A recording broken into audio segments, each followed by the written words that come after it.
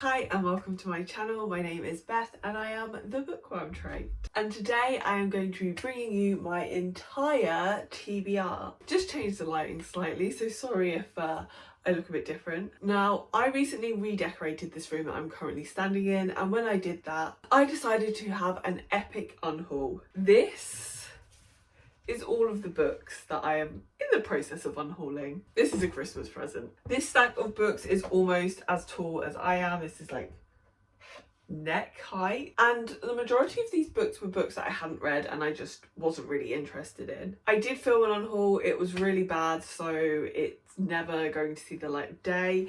If you would be interested in seeing this unhaul, then please let me know in the comments. It will take me a long time to film because, as you can see, there's a lot of books.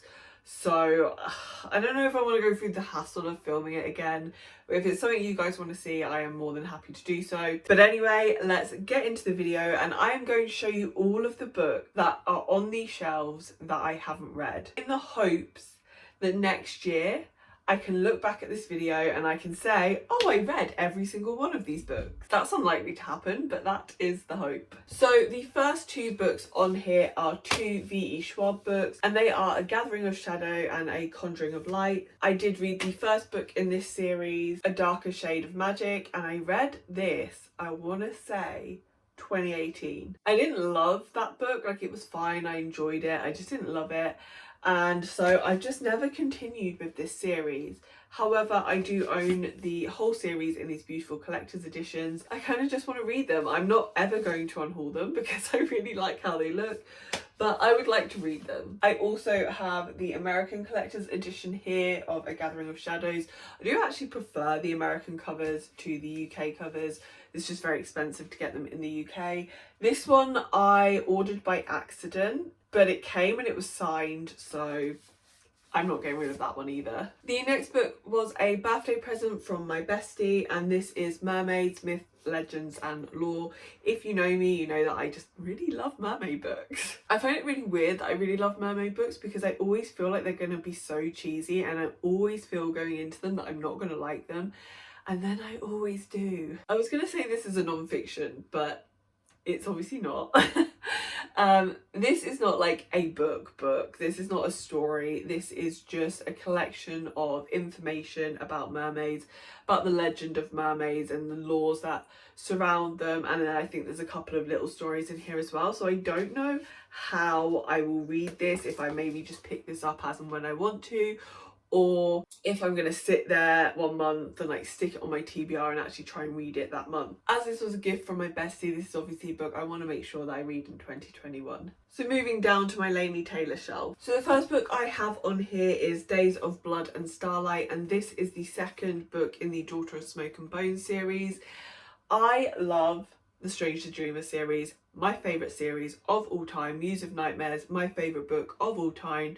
I assumed I was going to love Daughter of Smoke and Bone, and I just didn't. I loved the world that she'd created, I loved the magical beings that she'd created, but I hated, and I mean hated, the romance in that book. It was so off-putting for me that I just haven't been able to bring myself to picking up the next book in the series. I thought very hard about whether I wanted to unhaul this book, and ultimately I just wasn't ready to make that call. So it's on my shelf for now. One day it might not make the call, but for now she's safe. The next book on my Laini Taylor shelf is Lips Touch, which is a collection of short stories that have a real fairy tale vibe to them. I am not somebody who loves short stories, but I do love fairy tales, and I have actually started this book, and because I don't love short stories, I haven't finished it. I've definitely read one of the short stories in here, which was Goblin Fruit, and it was okay. I will continue this at some point and finish this at some point, but I am in no rush. I will probably just read a short story in this book as and when I feel like it, rather than committing myself to sitting there and reading the whole entire book, because I just don't love short stories. So now we are moving down to my colourful shelf. I have realised I have just plunked my bullet journal and my tarot cards on. They don't live there. The first book on the shelf that I haven't read is When Life Gives You Mangoes, and this is a middle grade book about a girl who has forgotten what happened last summer.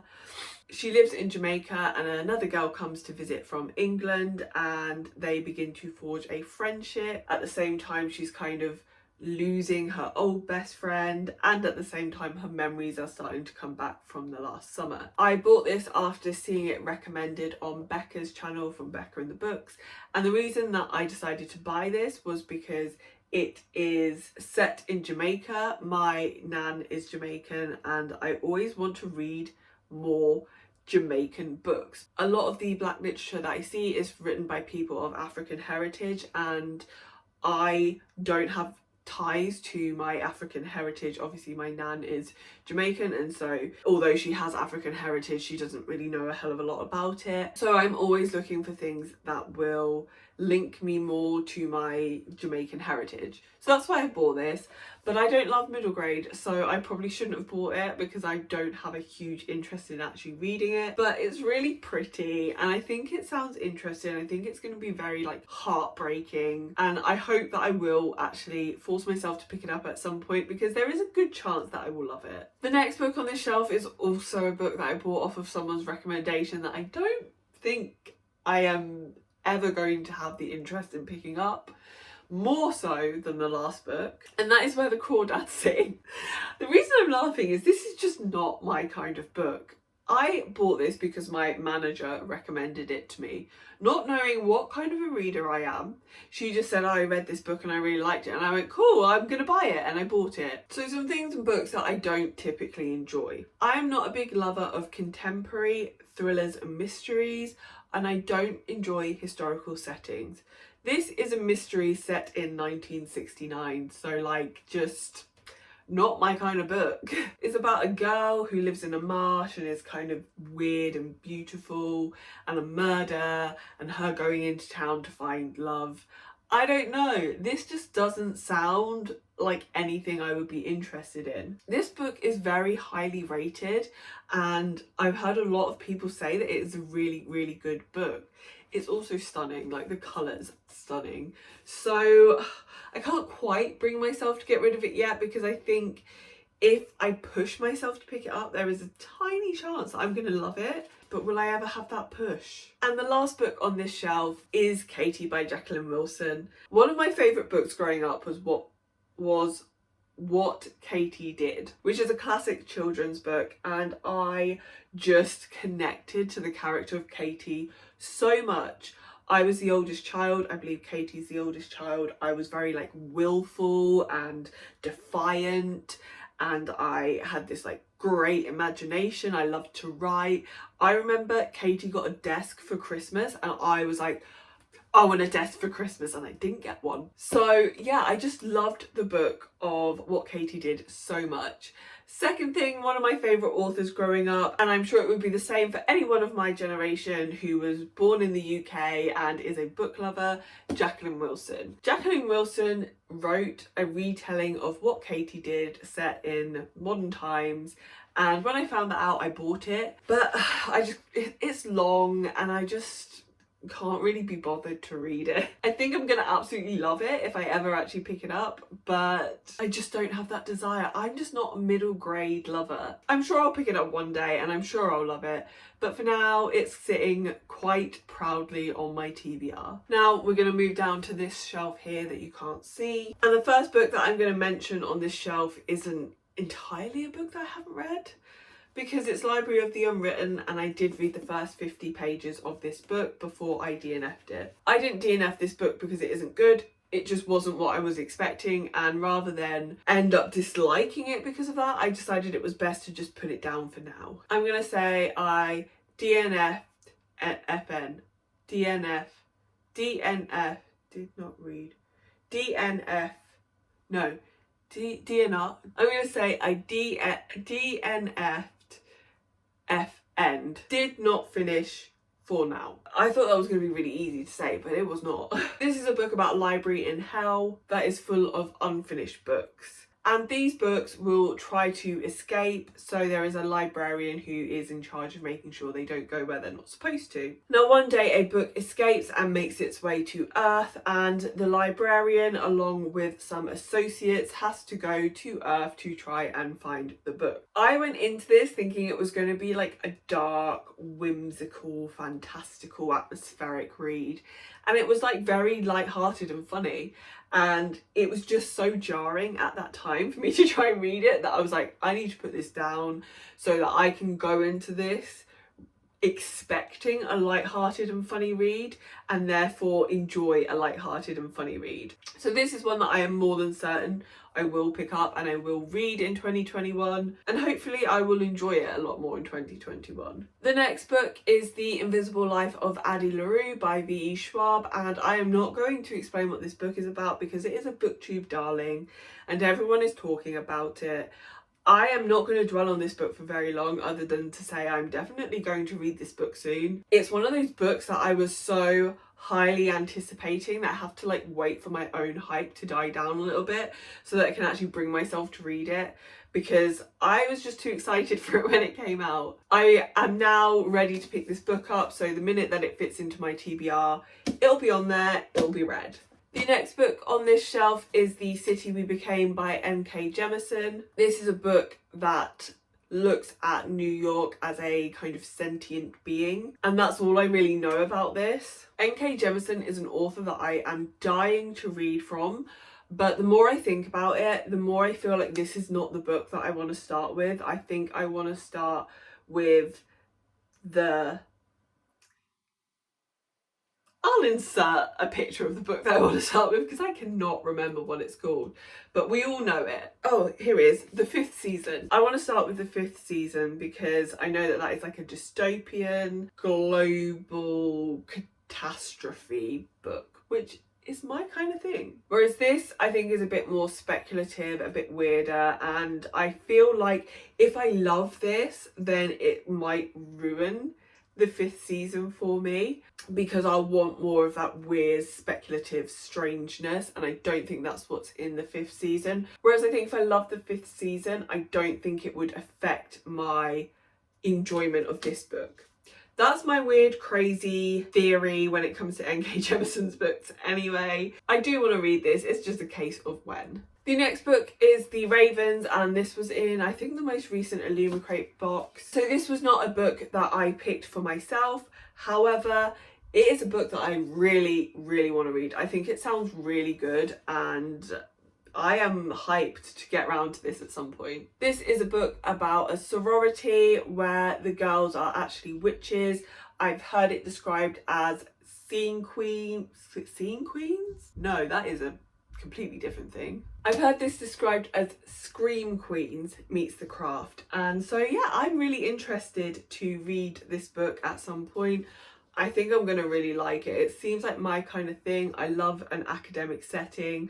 I quite like urban fantasy, and I love like that whole bitchy mean girl vibe, so I think I'm gonna love. So that's one side of the shelves done. Moving on to this side. So on the top shelf, the only book that I haven't read is The Glass Hotel. This was the latest book released by Emily St. John Mandel, who wrote Station 11, which was a book that I absolutely loved. However, I don't think I should have bought this book because I am not sure that this is my kind of thing. Because I believe this is like a murder mystery type book, and I don't really like those kind of books. This might not make it through a second cull, I have to be honest. The main reason that it survived this one was because it was a very recent purchase, and I mean, that speaks for itself. But if you've read this book and you have more of an insight on it than I do, like if there's any like sci-fi, futuristic, fantastical elements to it, please let me know, because I will definitely pick it up in that case.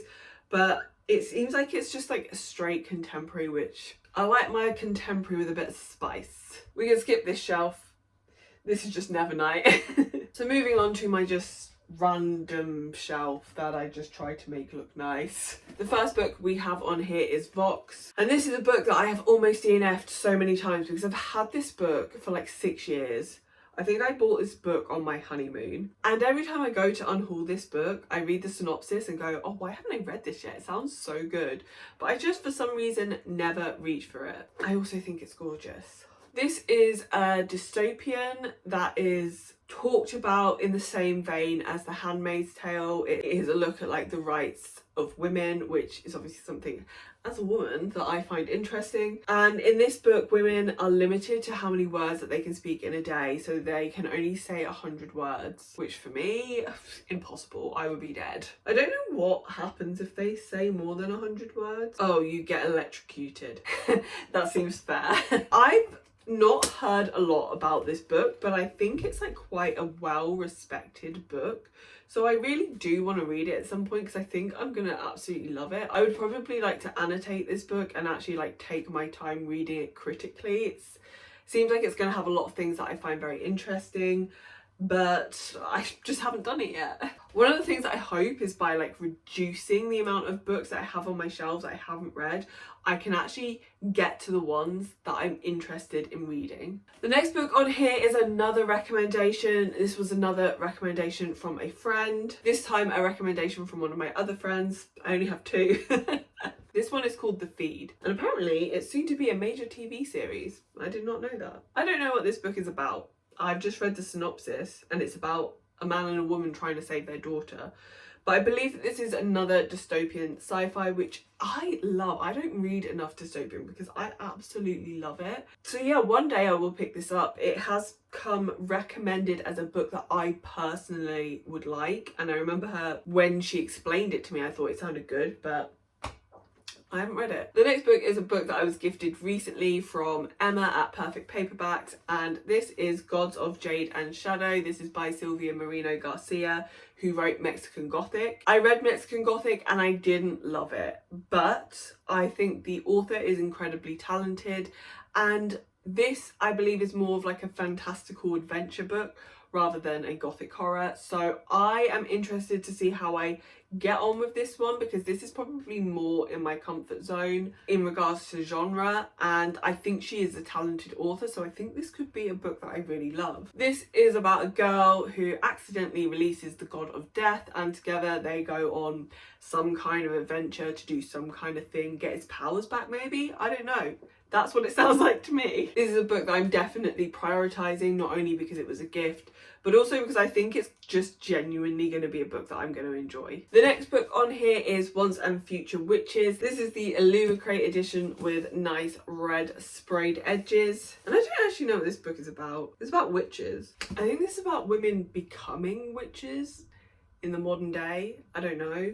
I don't really understand what it's about, but I've heard really good things about it and I want to read it. The next book on here that I literally cannot believe is still on my TBR and my unread books, as it was one of my most anticipated books the year it came out. The Queen of Nothing. What year did this come out? 2019 this book came out. I thought I would pick it up that year and I did not. We're now in 2021 and I still haven't read it, and somehow have avoided all spoilers for this book. I don't know how this ends. Obviously I'm not going to talk about what this book is about because Cruel Prince, just Google it if you're not sure. The reason I still haven't read this is because I wanted to reread the series before getting to this. I read The Cruel Prince and then I got to The Wicked King and I just didn't read it, and I keep not reading this whilst I wait to read The Wicked King, and it's not happening. So I don't know, I have nothing to say. Maybe this book will be read. I'm not going to unhaul it until I get to it. The next book on here is A Deadly Education by Naomi Novak, and I don't know if I want to read this book.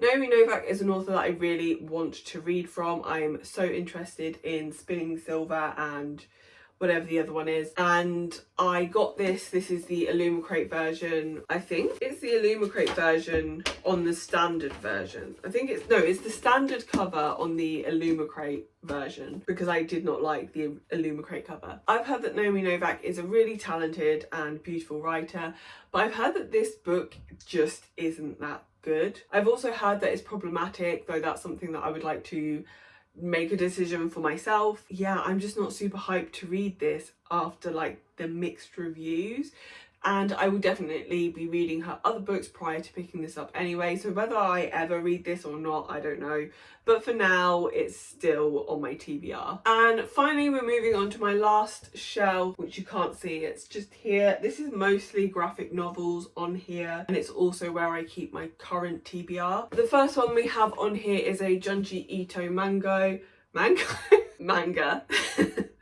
a Junji Ito manga, and this is Tommy,